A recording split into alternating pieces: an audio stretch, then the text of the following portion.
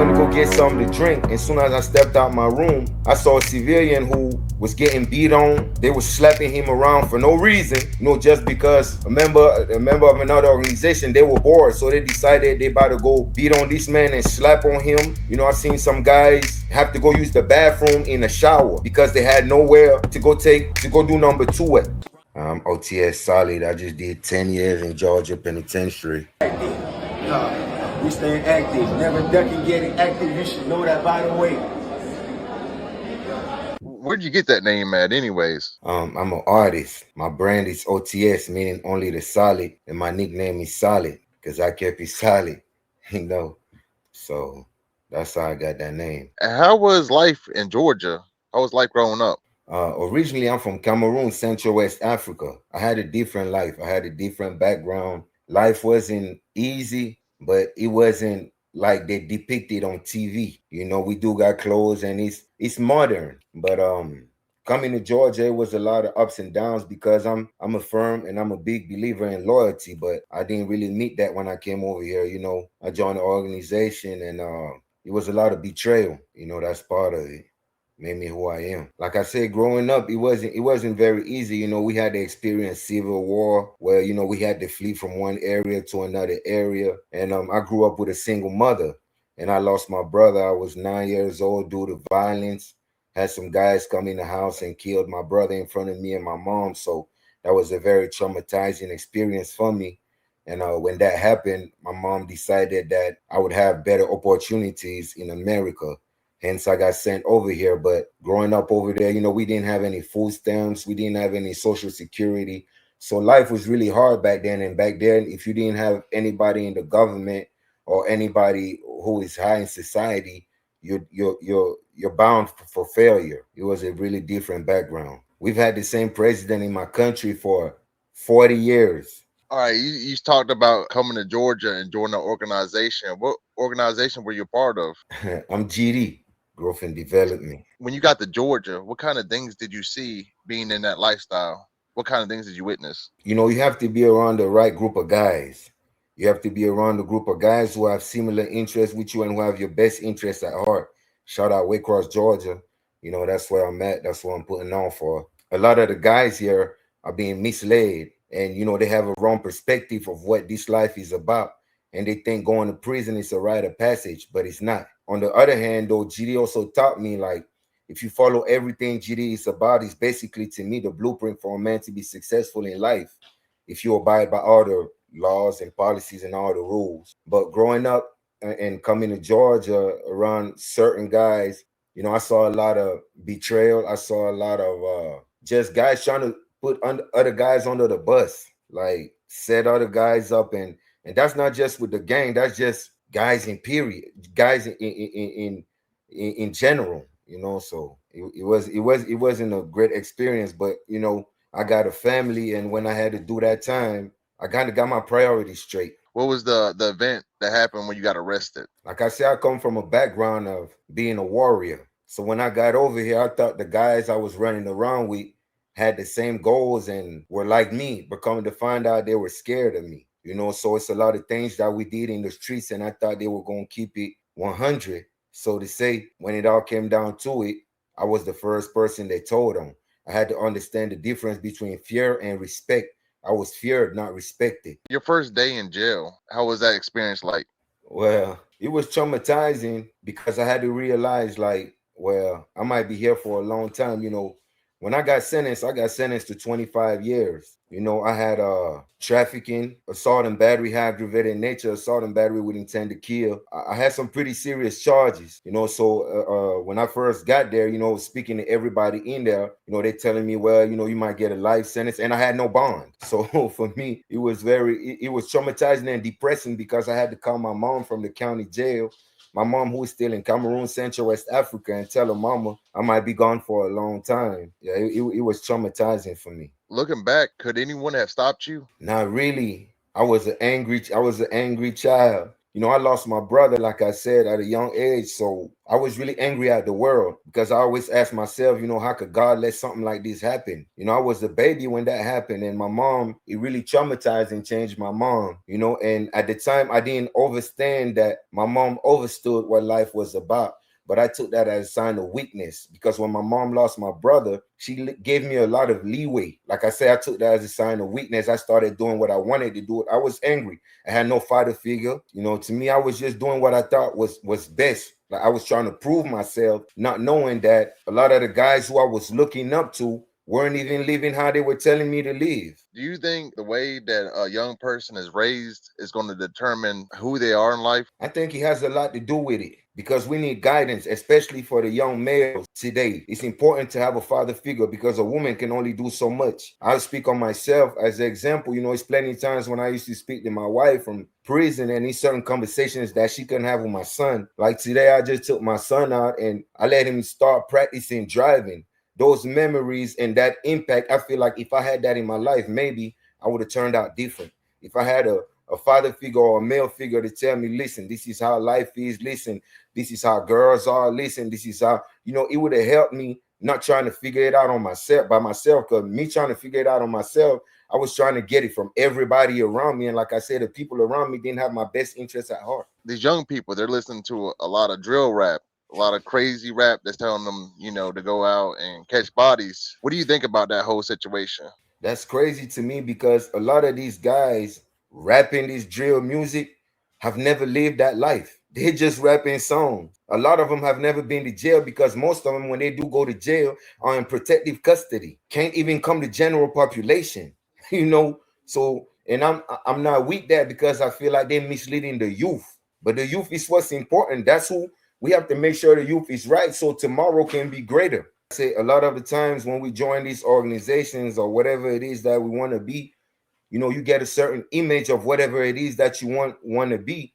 But when you find out what it's really about, it's not all what it's portrayed to be. But I will say this, if that's the road you choose, make sure you're official because you have to think. At the prison I came home from Calhoun State Prison. Sometimes it might be two officers for the whole prison, two officers for 2,000 inmates. So if anything was to happen, who's going to save you? You have to save yourself. I was locked in my cell. We're on lockdown for a week. I was locked in my cell for 3 days with a padlock on my door. My toilet wasn't working. I had no water. So we had to pee in bottles and jugs, and nobody came. Nobody. Did you get into any situations while you were in there? I had to. I had to stand on business. OTS only the solid. We stand on business. We went to war with another organization. Like I said, you have to stand on business. I got a name to stand on. My name is very important to me. And then where I come from, like I said, I put on for Waycross, shout out Waycross, Georgia.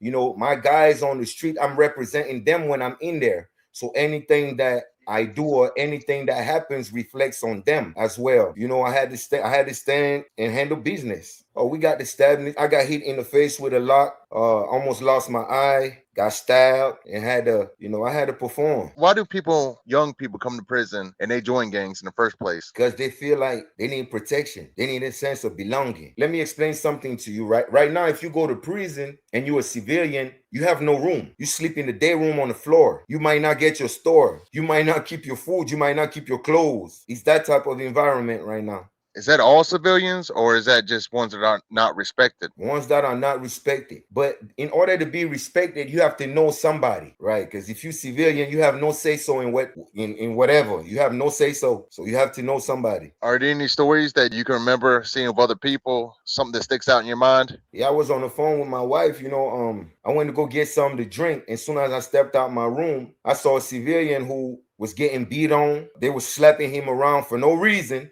Just because a member of another organization, they were bored. So they decided they about to go beat on this man and slap on him. I've seen some guys have to go use the bathroom in a shower because they had nowhere to go do number two at. So and to me that was traumatizing because, when I first went to prison, it wasn't like that. Everybody had a room, and regardless of whether you getting high in prison or whatever it is that you were doing, everybody was assigned a room. But now they don't care if you assign a room. Now, if like I say, if you're not part of an organization, you will get you're not safe. You're not safe. The CEOs don't come around every hour to check on y'all. No. No. Were there No. people that were in prison with you that were feared? Right. Yeah, it was. It was a couple guys who everybody afraid of because they know they'll stab something, they'll kill something, they got a life sentence, so they have nothing to lose. Did you see somebody lose their life? I'm pretty sure you've seen many people lose their life in prison. Yeah, I did. Matter of fact, one of my little brothers lost his life when I was in prison. One of the guys who was a member of what I am, he had a couple days till he went home, and unfortunately, he lost his life. Rest in peace, little Savage. How did that happen? What escalated Over that? over a bomb of candy on the brick, yeah, because it was between us and another organization. The other organization claimed that somebody from my organization stole a bomb of candy off of the brick, so it turned into a war, and little bro lost his life. I watched in state prison. Shout out Kiran, shout out 9G, shout out all the guys I watched it. G be the reason. But it just went up. I had four of my brothers who were supposed to come home before me, and now I'm on high max with four bodies over a room. What's the worst stabbing you seen? Was that with your partner? Now the worst stabbing I saw was they had let this guy come out the hole where I was just at Calhoun, and he came to our dorm. And when he came to our dorm, he stabbed two of my brothers. So I stabbed him 17 times. And after I stabbed him 17 times, my other brothers stabbed him too. I thought he was dead. All praise be to God, he didn't die, but it was so much blood and he was so thick and he wasn't moving. That was the worst stabbing I ever saw because we kind of went overboard, but standing on business. What kind of advice would you give to somebody young that's out there, running in the streets and they're on their way to jail? They think it's a game. If you already on the way to jail, just be yourself. You don't have to prove anything to nobody because most of the time the people you trying to prove something to don't even live like that, and they're not built like that. Stay to yourself. Don't do drugs because a lot of these young guys go to prison and they start doing K2. That's crazy to me. Yeah, can we talk about that for a minute? The K2 epidemic in there. You Right. know, you seen what it does to people. Did you see people lose family, burn bridges with their family and everything over that drug? Plenty. You have to think. I've seen some guys who will call their family and act like they owe somebody or act like they about to get killed or would tell their homeboy to tie him up and call their family and say, yeah, call my family on video so they can send this money because they are in debt behind K2. After a while, your people go and let you know, like, I understand you in prison, but life goes on out here. So, they get cut off. I knew a guy who started acting like he was crazy just so his family could send him money for K2. And that's the worst thing to happen is to be in debt because you gotta wake up and you gotta see that person every day. Right. On the streets, if you get into it with somebody, you can change neighborhoods, you can change cities, but in prison, it's nowhere to run. You're not safe in the hole, you're not safe anywhere. And right now, they don't even want to put you in the hole. So you're gonna have to deal with that. What could they do to improve the quality of life in prison to less killings, less stabbings? Just give us what we're owed. Give us yard call. You got to think about it. If you put me outside all day, I'm on the yard. By the time I come back in the dorm, I'm tired. I don't feel like doing anything. But when you keep us cooped up in a warehouse for days and months and you keep us on lockdown and we don't have the incentive, like give us little incentives. Okay, if you do good, we can show y'all a little meal. If you do good, you can have these video games because they do have video games in prison. If you do good, we can give y'all this tournament. If you do good, they don't give us any of that. We don't get any of the stuff that the outside world thinks we get. So a lot of the times, our families think we're going to these classes. We got this going on. We got that. That's not how that works. That's just for the internet. At the end of the day, I made my bed, so I had to lay in it. I did what I did to end up in prison. First of all, I have to take accountability for what I did. Because if I was living life how I was supposed to live life, I would have never ended up in prison. So it's my fault. I did what I did to end up in there. When I understood that and got that through my head, I worked out a lot while I was in prison. And like I said, my brother Africa, shout out my brother Africa, shout out my brother Kiran, shout out my brother Dre, big gangster from Columbus, Georgia. These are the guys who help keep me sane. And every time I would speak to my wife and my kids, I had something to come out to. That's also something that a lot of the guys back there don't have. You don't have a little brother, little Mike. He went in at 19. He got a life sentence. His father is in prison with a life sentence, and his mom stays in jail. He has nothing to really look forward to. But having little brothers like that, I used to speak to him all the time. And me knowing that I was coming home one day made it bearable for me. So yes, plenty of days we had good days, We would throw spade tournaments, dominoes tournaments, chess tournaments. We'll work out as a group. We'll eat together. And we'll just keep each other sane.